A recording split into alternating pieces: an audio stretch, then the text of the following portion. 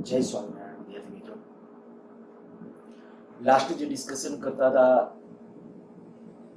पारिमाणिक विश्लेषण અને એનો આપણો બીજો ઉપયોગ ભૌતિક સમીકરણની યથાર્થતા. ત્યાં જે આપણે ડિસ્કશન કરતા હતા બે લેક્ચર સુધી આપણે કઈ ચર્ચા કરી કે ભાઈ એની અંદર કેવા પ્રકારે યથાર્થતા પૂછી શકે. બીજું હવે એના એપ્લિકેશન્સ બેઝ કેટલાક મેં પ્રશ્નો છે એ લખીને રાખેલા છે, જુદી જુદી એન્ટ્રન્સ એક્ઝામમાં પૂછાયેલા, અને થોડું વધુ સારી રીતે પ્રેક્ટિસ થાય કેવી રીતે આવા પ્રકારના ક્વેશ્ચન સોલ્વ કરવા એના માટે ખાસ ધ્યાન આપજો. આ એક સૌથી પહેલો દાખલો મેં જે લીધો છે એ પહેલો દાખલો તો આપણે કહીએ સ્વાધ્યાયમાં તમને મેં હોમવર્કમાં આપેલો હતો. ઝડપથી રિપીટ કરી છે, લગભગ ઘણા બધાને થઈ જ ગયો હશે. કદાચ ન થયો હોય તો ધ્યાન રાખજો. v બરાબર at plus b upon t plus c plus v0, તો a b અને c ના પારિમાણિક સૂત્રો શું મળે? હવે આ વાત છે આપણે કે ભાઈ આપણે આ ખ્યાલ છે, મેં આવું કીધેલું છે તમને કે જેટલા પદ સરવાળા બાદબાકીમાં આવતા હોય એ સરવાળા બાદબાકીમાં આવતા દરેક પદનો એકમ અને પારિમાણિક સૂત્ર કેવું થાય? સમાન થાય. તો સૌથી પહેલા અત્યારે સોલ્યુશન લખીએ છીએ. એમાં આ પહેલાનું સોલ્યુશન લખું છું અને હું આમ કહીશ કે v નું પારિમાણિક સૂત્ર બરાબર at નું પારિમાણિક સૂત્ર. આગલા લેક્ચરનું તમને આ યાદ હશે, મેં તમને આવું કીધું હતું આ બ્રેકેટ કરીએ તો નો અર્થ શું, એનો શું અર્થ કરવાનો તો કે નો એકમ અથવા નું પારિમાણિક સૂત્ર. તો હું આમ લખી શકું કે ભાઈ અહીંયા at નું પારિમાણિક સૂત્ર બરાબર v નું પારિમાણિક સૂત્ર. જો આમાં મારે a નું પારિમાણિક સૂત્ર જોઈતું હોય તો આમ કરી શકો v upon t નું પારિમાણિક સૂત્ર, t ને આ બાજુ લઈ ગયા છે. હવે વેગનું પારિમાણિક સૂત્ર લખો જોઈએ. વેગનું પારિમાણિક સૂત્ર શું આવશે તો કે m0 L1 t-1 એના છેદમાં સમયનું t1. તો આના ઉપરથી આપણે કહી શકીએ કે ભાઈ a નું જે પારિમાણિક સૂત્ર થશે એ નું પારિમાણિક સૂત્ર શું આવ્યું? L1 t-2. m0 ન લખો તો ચાલે. અચ્છા ચાલો એ એક મળી ગયું. બીજું હવે વાત છે b નું પારિમાણિક સૂત્ર. અચ્છા આપણે v0 નહીં, v તો સરખું છે, એનો આપણો કઈ અર્થ જ નથી આ v0 દર્શાવો કે ન દર્શાવો. પણ b upon t plus c નું પારિમાણિક સૂત્ર બરાબર આનું પારિમાણિક સૂત્ર થાય. પણ એમાં એક ખાસ ધ્યાન રાખીએ કે અહીંયા છેદમાં આ બે પદ સરવાળામાં છે. તો સરવાળામાં જેટલા પદ આવતા એના પારિમાણિક સૂત્ર કેવા હોય? સમાન. તો હું ડાયરેક્ટ લખી નાખું છું અહીંયા કે c નું પારિમાણિક સૂત્ર બરાબર t નું પારિમાણિક સૂત્ર, અને t નું પારિમાણિક સૂત્ર શું થાય તો કે t1 એટલે કે m0 L0 t1. તો આ થઈ ગયું આપણું c નું પારિમાણિક સૂત્ર. c નું પારિમાણિક સૂત્ર મળી ગયું. હજી આપણે b નું મેળવવાનું છે. તો હું અહીંયા આમ લખું છું b upon t plus c નું પારિમાણિક સૂત્ર એટલે કે આખા પદનું બરાબર v નું. હવે એમાં t plus c અહીંયા લઈ લઈએ તો b નું પારિમાણિક સૂત્ર બરાબર v નું પારિમાણિક સૂત્ર into t plus c નું પારિમાણિક સૂત્ર. અગાઉ આવી વાત થઈ ગઈ છે કે ભાઈ પારિમાણિક સૂત્રોના સરવાળા બાદબાકી શક્ય નથી. એટલે દેખીતી વાત આવવાની કે ભાઈ t અને c નું પારિમાણિક સૂત્ર છે એ આયા છે, એ બે સરખે સરખું હશે પણ એનો સરવાળો ન કરવો, બે ને બદલે એક વખત જ લખવું. જો હું શું કરું છું તો કે આ જે વેગ છે તો વેગનું પારિમાણિક સૂત્ર શું? L1 t-1. આ વેગનું લખી નાખ્યું. પછી સમયનું લખી નાખો. આયા આનું લખો અથવા આનું લખો, 2 ટાઈમ્સ લખવાની જરૂર નથી. બરાબર? લખો તો એનો સરવાળો શક્ય નથી. પારિમાણિક સૂત્રોનો સરવાળો શક્ય નથી એટલે એક વખત જ લખવાનું હોય. તો આ t નું શું થશે તો કે m0 L0 t1 પ્લસ કરીને જે આ લખો તો પછીના સ્ટેપની અંદર બે વખત લખ્યું તો પાછું એક વખત કરવું જ પડશે. ધ્યાન રાખજો. એટલે અહીંયા આપણે ટૂંકમાં t plus c નું છે તો મેં માત્ર t નું લખ્યું છે અથવા માત્ર c નું લખ્યું છે એવું સમજો. t ને c નું સરખું થાય આપણે આ વાત કરી ગયા. પછી અહીંયા મેં કીધું વત્તા કરીને તમે હજી એક પદ આના લખશો તો પાછું આ ધ્યાન રાખજો કે 2 ટાઈમ્સ છે અને સરવાળામાં હોય તો ખાલી એક જ વખત તમારે લખવાનું થશે. હવે આ બેને ભેગા કરી દેશો તો m0 L1 t0. તો આ થઈ ગયું b નું પારિમાણિક સૂત્ર. જો તો આપણો આન્સર શું આવશે? a નું પારિમાણિક સૂત્ર એટલે આપણો આ આન્સર, b નું પારિમાણિક સૂત્ર આ અને c નું પારિમાણિક સૂત્ર એટલે આ. આગલા લેક્ચરમાં મેં કીધું સ્વાધ્યાયમાં તમને એટલે હોમવર્કમાં આપેલો હતો એટલે ત્યારે એના જવાબ આ હશે. કદાચ કોઈનાથી ન થયો હોય તો આ રીતે છે એ દાખલો એ રીતે લખજો. નેક્સ્ટ બીજો દાખલો લઉં છું. આજ ખાલી પૂછું છું એટલે સાથે સાથે એવું લાગે તો એ લખતા જજો.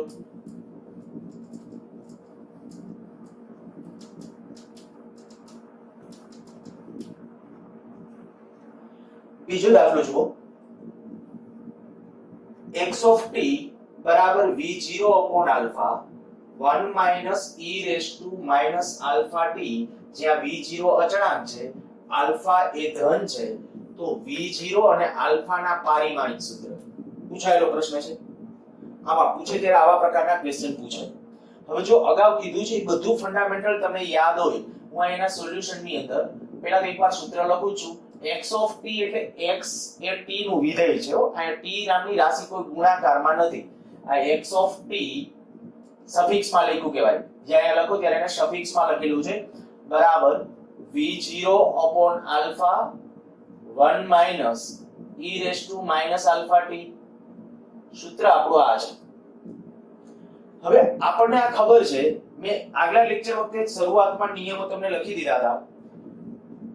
ત્રિકોણમિતીય વિધેયો હોય sin cos tan, લોગેરિધમક વિધેયો એટલે ln log, તો એને એકમો કે પારિમાણિક સૂત્રો હોતા નથી. આ જ રીતે આપણે કે ચર ઘાતાંકીય વિધેય એટલે e ની ઘાત વાળા એટલે કે એક્સપોટેન્શિયલ, એવા હોય તો એને પણ એકમ અને પારિમાણિક સૂત્ર હોતા નથી.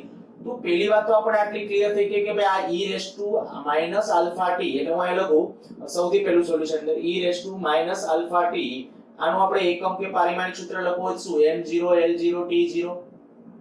મીન્સ કે આના ઉપરથી કહેશો કે આલ્ફા t નું શું થાય, તો કે આલ્ફા t નું આપણે કહી શકાય કે ભાઈ m0 l0 t0.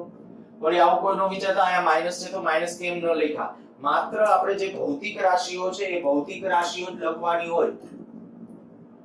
ત્યાં પ્લસ માઈનસ જે આવતું હશે એ પ્લસ માઈનસ એ તો ત્યાં રહેલા અચળાંકની સંજ્ઞા ત્યાં દર્શાવે છે અને સૂત્રની યથાર્થતા માટે તે છે કે આ ભૌતિક દ્રષ્ટિએ યથાર્થતા માટે. પારિમાણિક દ્રષ્ટિએ જ્યારે વિચારતા ત્યારે ભૌતિક રાશિના જ પરિમાણો હોય, માઈનસ પ્લસ કે આંકડાઓને પારિમાણિક સૂત્રો હોતા નથી. એટલે કદાચ તમે અહીંયા માઈનસ લખ્યું હોય તો પણ અહીંયા વળી માઈનસ ન કરતા. અચ્છા ચાલો, હવે આલ્ફા નું પારિમાણિક સૂત્ર જો આના ઉપરથી જોઈતું હોય તો t આ બાજુ વહી જશે છેદમાં, તો m0 l0 t0 એના છેદમાં t t1. તો આના ઉપર કહી શકશો કે આનું પારિમાણિક સૂત્ર શું થઈ ગયું m0 l0 t - 1. તો આપણે જે માંગ્યું હતું એની અંદર એક આલ્ફા, તો આલ્ફા નું પારિમાણિક સૂત્ર મળી ગયું.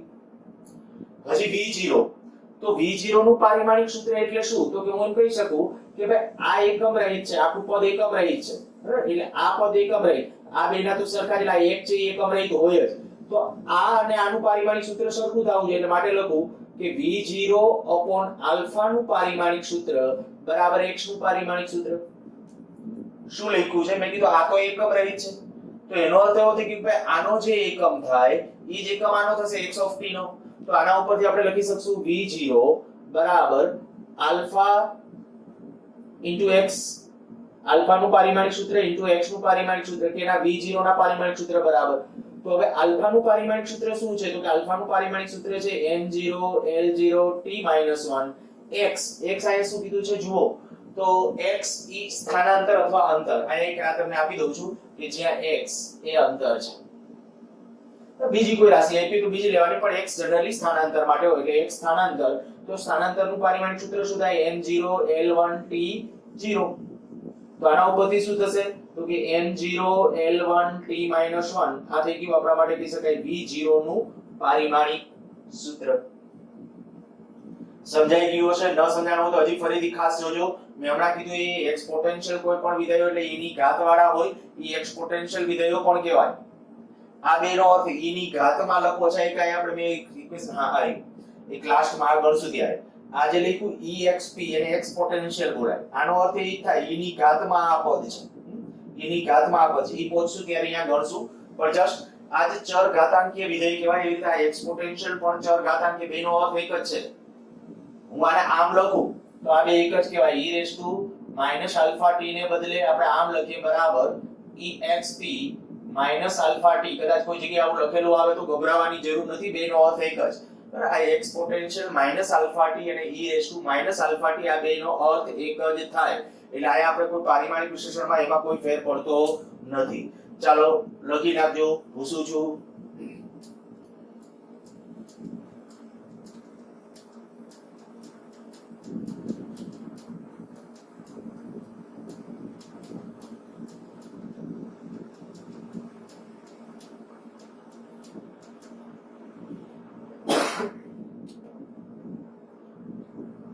બીજો બહુ સરસ દાખલો જે પૂછાયેલો, દાખલો થોડો લેન્ધી પણ ગણાય અને પારિમાણિક સૂત્રો ઉપરથી જ કંઈક ટફ એવો દાખલો જે બનાવેલો છે. જુઓ, સમજો. A B C D ચાર અલગ પરિમાણ ધરાવતી અલગ અલગ ભૌતિક રાશિ છે.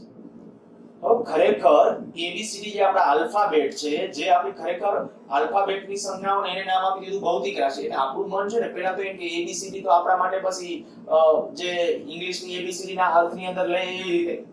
પણ અહીંયા જે આપણે પારિમાણિક વિશ્લેષણની વાત છે ત્યારે આ કોઈ ભૌતિક રાશિ છે. કઈ છે એ હવે આગળ જતા વાત. હજી રકમ જો, ABCD ચાર અલગ પરિમાણ ધરાવતી અલગ અલગ ભૌતિક રાશિ છે. તે પૈકી એક પણ પરિમાણ રહિત નથી.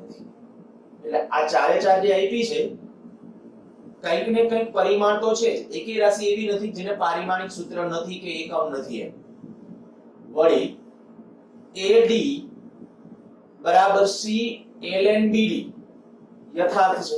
એમના વચ્ચેનો સંબંધ દર્શાવતું સૂત્ર આપ્યું છે. તો નીચેનામાંથી કયો સંબંધ નિરર્થક છે, મીન્સ કે કયો ખોટો છે?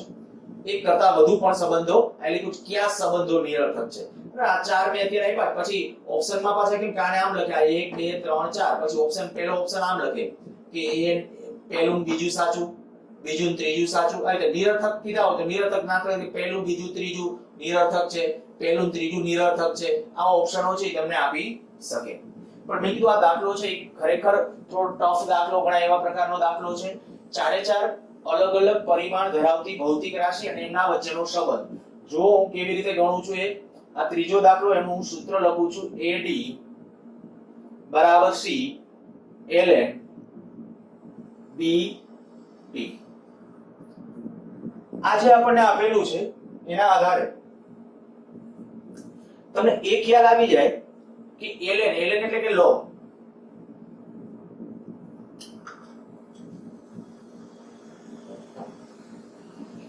એને કોઈ પારિમાણિક સૂત્ર હોતું નથી. આને કોઈ પારિમાણિક સૂત્ર નથી.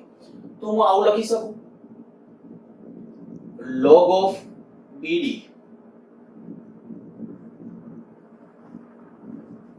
આનું પારિમાણિક સૂત્ર શું? M0 L0 T0. ઇનડાયરેક્ટલી આને કહી શકું BD નું પારિમાણિક સૂત્ર બરાબર M0 L0 T0. તો પછી આવું કહી શકાય કે B નું પારિમાણિક સૂત્ર બરાબર, આયા તો કઈ છે જ નહીં, એનો અર્થ કે આ પરિમાણ રહિત છે તો આપણે આમ લખી શકાય 1/D0 નું પારિમાણિક સૂત્ર. શું કર્યું છે મેં? આ મેં કીધું આ તો M0 L0 T0 એટલે આ વર્ણ જ કહેવાય. ઈ લખો કે ન લખો કોઈ અને લખો તો કોઈ વાંધો નથી. પણ આપણે મેં કીધું લખવામાં જેમ ટૂંકું પડે સહેલું પડે એવો પ્રયત્ન કરવાનો. તો B નું પારિમાણિક સૂત્ર અને D નું પારિમાણિક સૂત્ર કેવા આવશે? એકબીજાના વ્યસ્તમાં. બરાબર. હવે બીજું, આ જ સૂત્ર ઉપરથી જો મારે અર્થ કરવો હોય તો આને તો પરિમાણ ન હોય તો એમ લખાય A અને D નું પારિમાણિક સૂત્ર બરાબર C નું પારિમાણિક સૂત્ર. વળી આપણે કહી શકાય કે AD નું પારિમાણિક સૂત્ર બરાબર C નું પારિમાણિક સૂત્ર. અર્થાત આમે લખાય A નું પારિમાણિક સૂત્ર બરાબર C/D નું પારિમાણિક સૂત્ર. આ ખાલી આપણને સમીકરણ આપ્યું હતું ને એના ઉપરથી આપણે નક્કી કર્યું કે આવું હશે. પણ હવે એને જે સંબંધ હોય, પાછી જો હું પહેલો સંબંધ લખું છું, વારાફરતી બધા ટેલી કરીએ છીએ. મેં કીધું ખાસ ધ્યાન રાખજો દાખલો બહુ લેન્ધી છે. C/BD -AD² C. હવે આ સૂત્ર છે એ સાચું છે કે ખોટું એ આપણે પહેલા તો નક્કી કરવું છે. શું કરાય? આવા કોઈ પણ પ્રકારના દાખલા જ્યારે છે ને ઓપ્શનમાંથી જ તમને આન્સર મળવાનો છે. બરાબર, ફરજિયાત. એને કીધું છે કે નીચેનામાંથી કયા સમીકરણો ખોટા છે ગોતો. તો આ સાચું ખોટું. હવે તમને પહેલી વસ્તુ તો એ ખબર પડી જાય કે આ બે પદ કેવા છે? સરવાળા બાદબાકીમાં છે તો બાદબાકીમાં છે. બાદબાકીમાં હોય તો આનો એકમ બરાબર આનો એકમ થવો જોઈએ, હા કે ના? તો કે એ પણ ખ્યાલ છે કે આનો એકમ બરાબર આનો એકમ થવો જોઈએ. બરાબર. હવે જો આનો એકમ હું પેલા અહીંયા આપણે સી, તમે કોઈ એક ટાર્ગેટ નક્કી રાખો. હું અહીંયા લખી નાખું C/BD. હવે હું બ્રેકેટ નથી કરતો, બરાબર. અત્યારે હવે તમે સમજી લેશો કે હું આ પારિમાણિક સૂત્ર જ લખું છું અને કાયદેસર લખવાની મેથડને ફોલો કરવી હોય તો કોઈ વાંધો નથી. આ C નું પારિમાણિક સૂત્ર છેદમાં B અને D નું પારિમાણિક સૂત્ર. હવે તમે એક ટાર્ગેટ નક્કી રાખો કે કાં તો છે ને તમે કોઈ એક ચોક્કસ પ્રકારના ચલની અંદર ટ્રાન્સફર થઈ જાવ. હું આમાંથી છે ને ચલ ઘટાડું અને કોઈ બે ચલની અંદર રાખી, કારણ કે આ બે સંબંધ છે ને આપણા પાસે, બે ચલ રાખીએ. તો હું આવું કરું, C ને બદલે C નું પારિમાણિક સૂત્ર શું થશે? A * D નું થશે. તો જો આને બદલે હું આવું લખી શકું, C ને બદલે AD છેદમાં BD. તો DD તો પારિમાણિક સૂત્રો કેન્સલ જ થવાના. તો રહેશે શું? A/B નું પારિમાણિક સૂત્ર. આ શું છે? આનું મેળવું છે, બરાબર. હવે હું આનું મેળવું છું, AD² C. હવે તમને એક ખબર પડી જાય કે તમારો ટાર્ગેટ છે ને આમાંથી ગમે એમ કરીને કેમાં વયા જાવ, A અને B માં. અહીંયા તમે A અને B નું સ્વરૂપ રાખ્યું છે, તો આમાં છે ને તમારે A અને B ના સ્વરૂપમાં જવાનું. તો DA કાઢવાનો છે અને CA કાઢવાનો છે. હવે કેવી રીતે કાઢવો? તો કે તમારી પાસે આ સંબંધો છે. ચાલો હું આવું કરું છું, આ A તો એમનો રાખું છું, આ A એમનો. D ને બદલે મારે લખવું હોય તો D ને બદલે શું આવશે? 1/d² કહું અથવા d² કહું તો 1/d² થઈ જશે. 1/d². જોજો બરાબર મેં શું કર્યું છે. d² ને બદલે શું લખ્યું? તો કે d². આ તમને આટલી ખબર છે કે d² તો b નું વ્યસ્ત, કારણ કે b બરાબર 1/d છે. તો b આયા લઈએ તો b એનું વ્યસ્ત થશે. તો આ d² છે તો શું લખાય? 1/d². વળી c ને પણ આપણે નથી જોઈતું. તો c ને સમીકરણમાંથી કાઢવું હોય તો a * d છે જ સમીકરણમાં. તો અહીં લખી નાખું છું a * d.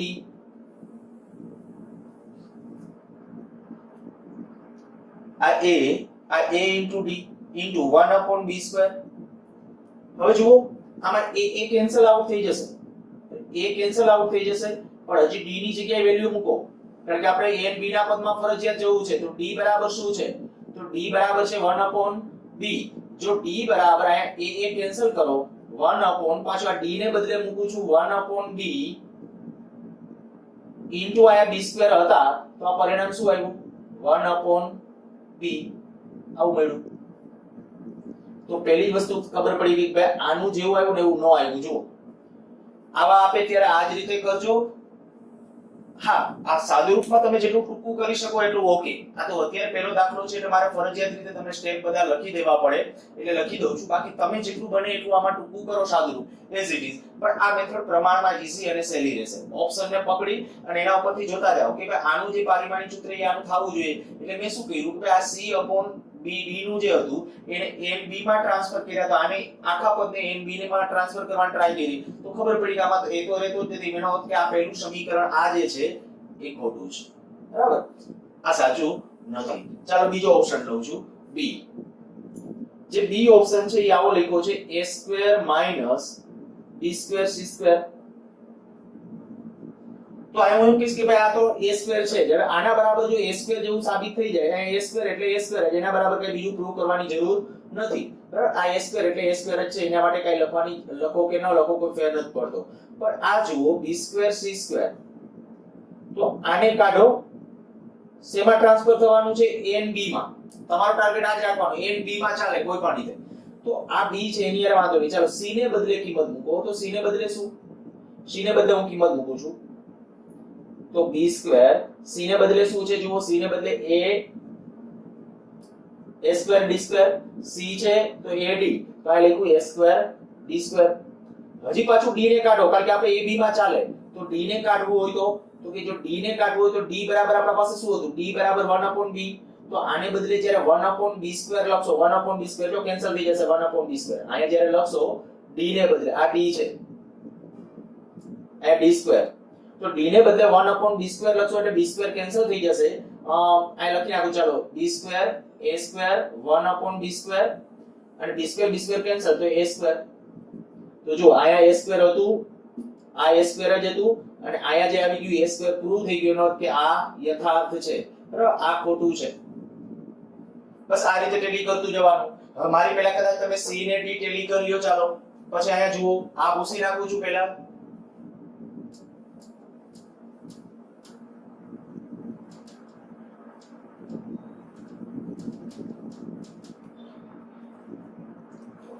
આ ત્રીજો જે ઓપ્શન છે સી ઈ કે આવો છે a/b - c. આ તો a b માં છે તો c ને જ ખાલી ટ્રાન્સફર કરો અને જોઈ લ્યો. આ ઓકે ડાયરેક્ટ c બરાબર પ્રૂવ કરવા ટ્રાય કરો. c નું પારિમાણિક સૂત્ર બરાબર c ને ટ્રાન્સફર કરો c બરાબર શું a d. અચ્છા a d d ને પાછું ટ્રાન્સફર કરો d બરાબર શું થાય 1/b. તો આના બરાબર થઈ ગયું 1/b. એનો અર્થ કે આનું 1/b થયું. આ 1/b છે તો આ પણ યથાર્થ છે. અરે એ સાચું છે. ચાલો ચોથો ઓપ્શન ટેલી કરો. ચોથો ઓપ્શન d બરાબર d ઓપ્શન એટલે a - c d. જોજો આ a અને c પહેલા તો એ તમને ખબર પડી જાય કે a નું જે પારિમાણિક સૂત્ર થાય એ c નું થાય છે. તો a બરાબર શું છે તો કે અથવા a એમ નામ રાખો. ચાલો c ને બદલે ખાલી કિંમત મૂકો તો a d. તો તરત ખબર પડી કે ભાઈ c એ આ ખોટું છે ડાયરેક્ટ. કારણ કે આનો જે એકમ થાય ને એ એકમ આનો થવો જોઈએ. તો આ તો એ સ્વતંત્ર છે. અને એમ ન કરવું હોય તો હજી બીજો રસ્તો આ d બે ના છેદમાં મૂકી શકો a/d - c/d. આ a/d - c/d. તો આનું જે એકમ કે પારિમાણિક સૂત્ર થાય એ આનો થવો જોઈએ. પછી જોવું જોઈએ c ની જગ્યાએ કિંમત મૂકો જોઈએ. c ને બદલે મૂકો ad મૂકો d તો કેન્સલ થઈ જશે. તો આ તો શું રહ્યું a રહ્યું. જ્યારે આ શું રહ્યું a/d. તો આ સમીકરણ પણ ખોટું છે. તો આપણે જે અત્યારે પ્રશ્ન પૂછ્યો એ પ્રશ્નની અંદર હવે તમને ખ્યાલ આવી ગયો હશે કે ભાઈ આપણો આ a અને d આ બે ખોટા છે જ્યારે આ અને આ પરિણામ સાચું છે. ચલો નેક્સ્ટ ક્વેશ્ચન.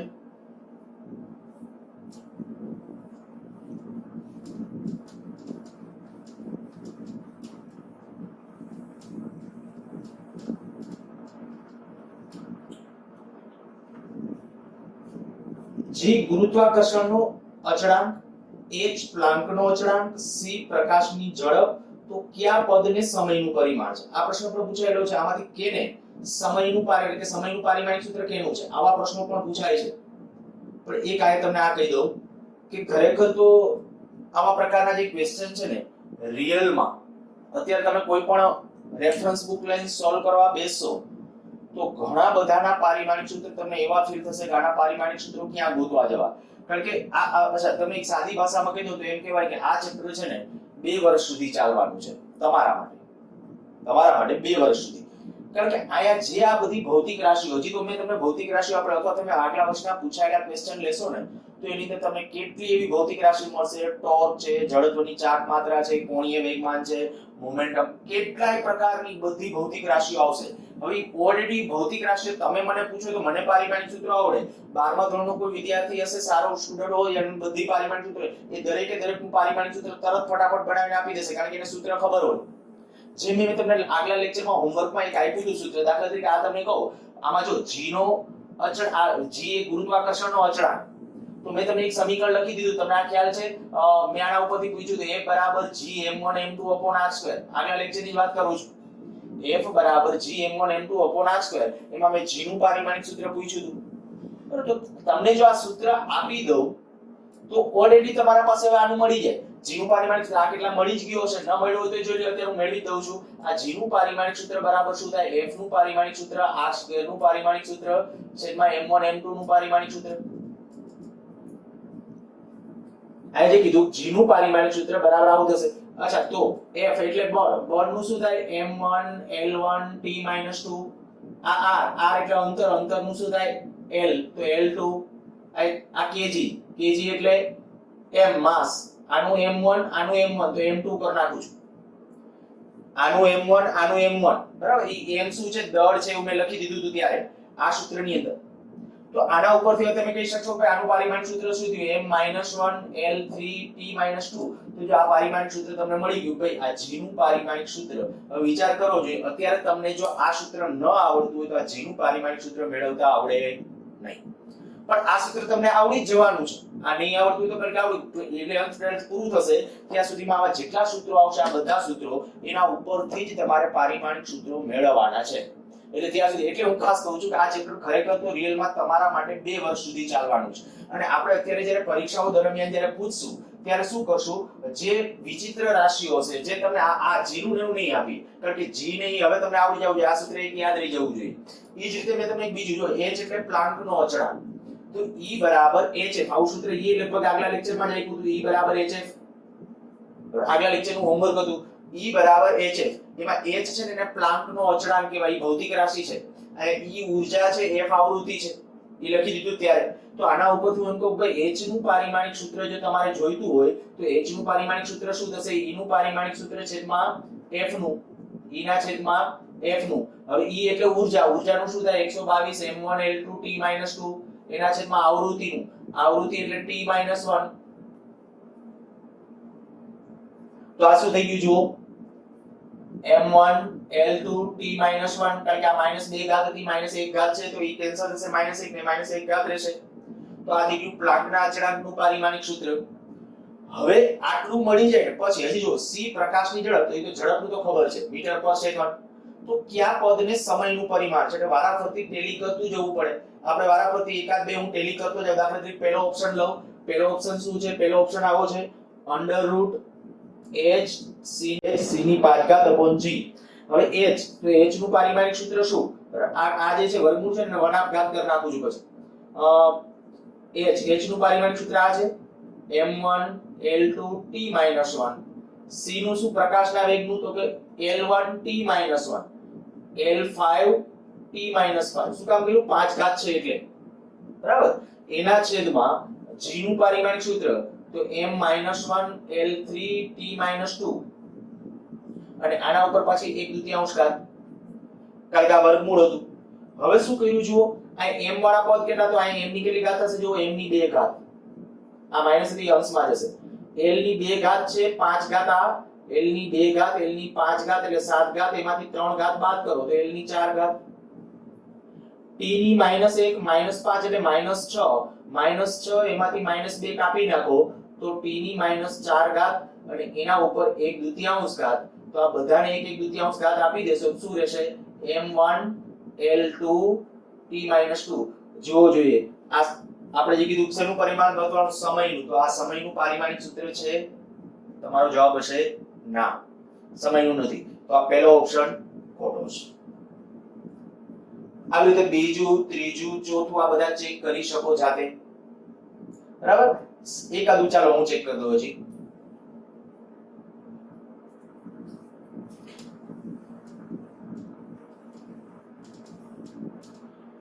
બી અને સી, ચાલો સી લઉં છું. સી જોઈ લે. સી બરાબર શું છે? √gh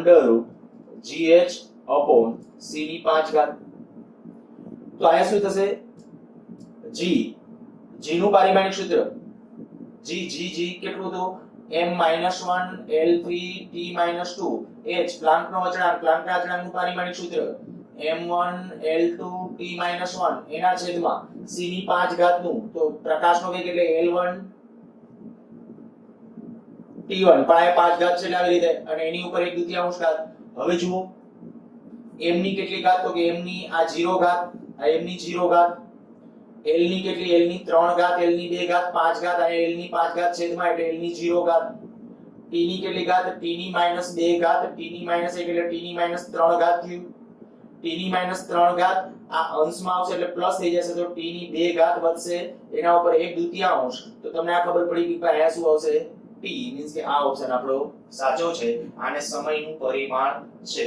રિયલમાં આવી રીતે પ્રશ્નો પૂછે તો આવી બધા ઓપ્શનો ચેક કરી અને તમારે આગળ ચાલવું પડે. તો અત્યારે તમને આન્સર મળી ગયો છે. મેં રેન્ડમલી જે ઓપ્શન લીધા પહેલો અને આ તમારી રીતે ટેલી કરજો. ન જ આવે કારણ કે આનું પારિમાણિક સૂત્ર આવતું હોય, આ સાચું આવતું હોય તો આ તો એનાથી ઊંધું છે, આનું શક્ય નથી. પણ આવા પ્રશ્નો પૂછાય તો તમારે આ રીતે ટેલી કરવાનું છે, બરાબર. આનો આન્સર થયો આપણો આ. અને હજી જે આપણો પ્રશ્ન છે એ લઈ લે.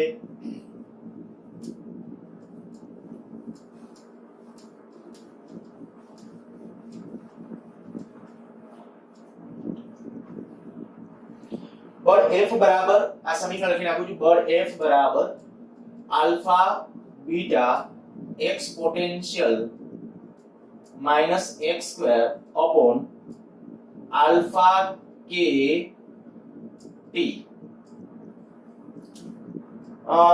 x અંતર છે, k બોલ્ટ્ઝમેન અચળાંક છે, t તાપમાન છે. આ એક તરત જ તમને બોલ્ટ્ઝમેન અચળાંક એનું જો આ હું એટલે જ કહેતો હતો કે જે 11th 12 દાખલા તરીકે 11th ના આપણા જ્યારે છઠ્ઠા અને સાતમું જ્યારે પાર્ટ 2 ની અંદર છે ઈ ચોથું પાંચમું છઠ્ઠું ચેપ્ટર લેશો ત્યારે અહીંયા બોલ્ટ્ઝમેન અચળાંક આવશે. અને એનું સૂત્ર આવડે, અત્યારે મને આવડે છે, મને ડાયરેક્ટ ખબર છે PV બરાબર N kBT. આ kB એટલે બોલ્ટ્ઝમેન અચળાંક છે, ત્યાં આગળ લખીએ છીએ, T તાપમાન છે, તો તરત ખબર પડી જાય કે ભાઈ kB એટલે શું થાય? PV. PV નો એકમ થાય, P એટલે પ્રેશર, દબાણ, V એટલે વોલ્યુમ. તો પ્રેશર નો તમને આવડે, વોલ્યુમ નો આવડે, N એટલે આ સંખ્યા ઘનતા, એટલે આ સંખ્યા છે મોલ સંખ્યા, કેમિસ્ટ્રીની ભાષામાં PV બરાબર nRT અથવા μRT જે સંબંધ હોય છે. આ N છે એ પ્રતિ મોલ છે અને T તાપમાન છે. તો તરત ખબર પડી જાય કે ભાઈ આનો એટલે હું આનું છે ને પારિમાણિક સૂત્ર અત્યારે તમને આપી દઉં છું, અત્યારે ડાયરેક્ટ આ પારિમાણિક સૂત્ર જ લખી દઉં છું રકમના ભાગમાં જ. m1 l2 t-2 અને તાપમાનનું છે ને કેલ્વિન, એના ઉપરથી k કરું છું, જૂલ પ્રતિ કેલ્વિન. આ ખરેખર આનો અત્યારે એમાં એકમ ઇનડાયરેક્ટલી યાદ રાખવું હોય ને તો આ થાય બોલ્ટ્ઝમેન અચળાંક એટલે શું થાય? જૂલ પ્રતિ કેલ્વિન. એક સૂત્ર એનું આવું થાય, તો જૂલ પ્રતિ કેલ્વિન. પણ મેં કીધું આમ ગોઈ કે તમે આવા કારણ કે આવી તો અસંખ્ય રાશિઓ થશે. ટેક્સ્ટ બુક ની અંદર છે, પાછળ પરિશિષ્ટ આપેલું છે લાસ્ટમાં, તમે જોશો તો આપણો મગજ બેર મારી જાય, આટલી બધી ભૌતિક રાશિઓના પારિમાણિક સૂત્રો આપણે ગોખવાથી ભેગું થશે જ નહીં. એટલે ખાસ સમજીને આપણે બધાના તો બોલ્ટ્ઝમેન અચળાંક મેં કીધું પારિમાણિક સૂત્ર એ ઓટોમેટિક બોલ્ટ્ઝમેન અચળાંક જ્યારે ભણશો ત્યારે ઓટોમેટિકલી ત્યાં આવી જશે, તમને આવડવાનું છે. સારું, અત્યારે તો મેં આપી દીધું છે બોલ્ટ્ઝમેન અચળાંકનું પારિમાણિક સૂત્ર. હવે આપણે જે ચર્ચા કરવી છે એના ઉપર આલ્ફા આપણે પૂછ્યું છે શું? બીટાનું પારિમાણિક સૂત્ર. હવે તમને એ ખબર પડી ગઈ કે આ એક્સપોટેન્શિયલ વાળું જે પદ એટલે એની ઘાત વાળું, તો આને એકમ કે પારિમાણિક સૂત્ર હોતો નથી. વળી આનું પારિમાણિક સૂત્ર બરાબર આનું થાય તો કે આ ખબર છે હા કે આ જે છે f નું પારિમાણિક સૂત્ર બરાબર આલ્ફા ઇન્ટુ બીટા નું પારિમાણિક સૂત્ર થાય. તો કે એમાં તમારે બીટા નું મેળવવું છે. જો બીટા નું મેળવવું હોય તો કે જો બીટા નું મેળવવું છે પારિમાણિક સૂત્ર તો આવું થશે f નું છેદમાં આલ્ફા નું.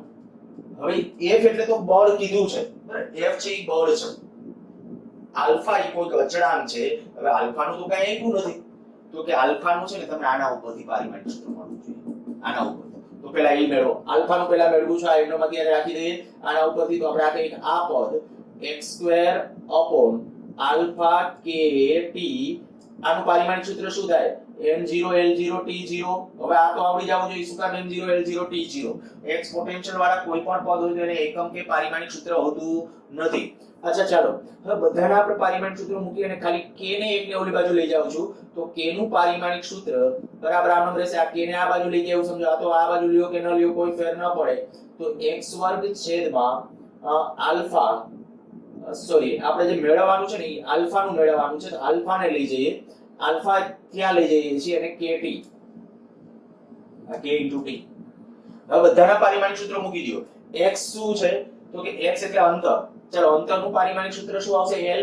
અહીંયા l ની 2 ઘાત વર્ગ છે એટલે બોલ્ટ્ઝમેન અચળાંકનું મેં આપી દીધું m1 l2 t-2 અને તાપમાનનું k1, આ k - 1, પણ પાછું આ જે t છે ને એનું શું થશે? કેલ્વિન k1, એટલે કેન્સલ આઉટ થશે અને પરિણામ ફાઇનલી આટલું વધશે. જો ફરીથી બોલું છું, આ બોલ્ટ્ઝમેન અચળાંકમાં આ જે લખ્યું છે ને તાપમાનનું છે, તાપમાનમાં પારિમાણિક સૂત્રમાં mlt, પણ તાપમાન માટે શું mlt નો આવે, એમાં k ઉમેરવો, તાપમાનનો એકમ કેલ્વિન, તો એની મૂળભૂત ભૌતિક રાશિના એકમ કેલ્વિન ઉપરથી ત્યાં આપણે k લખશું, તો એ k લખી નાખ્યો, આ k કેન્સલ આઉટ થશે, રહેશે કેટલું? m - 1 l2 ઈ તો કેન્સલ થઈ ગયા એટલે l ની 0 ઘાત અને t ની +2 ઘાત. તો આ આલ્ફા નું પારિમાણિક સૂત્ર આવ્યું. હવે જો આલ્ફા નું મળી ગયું તો હવે બીટા નું મળે, માટે બીટા નું પારિમાણિક સૂત્ર બરાબર f આલ્ફા.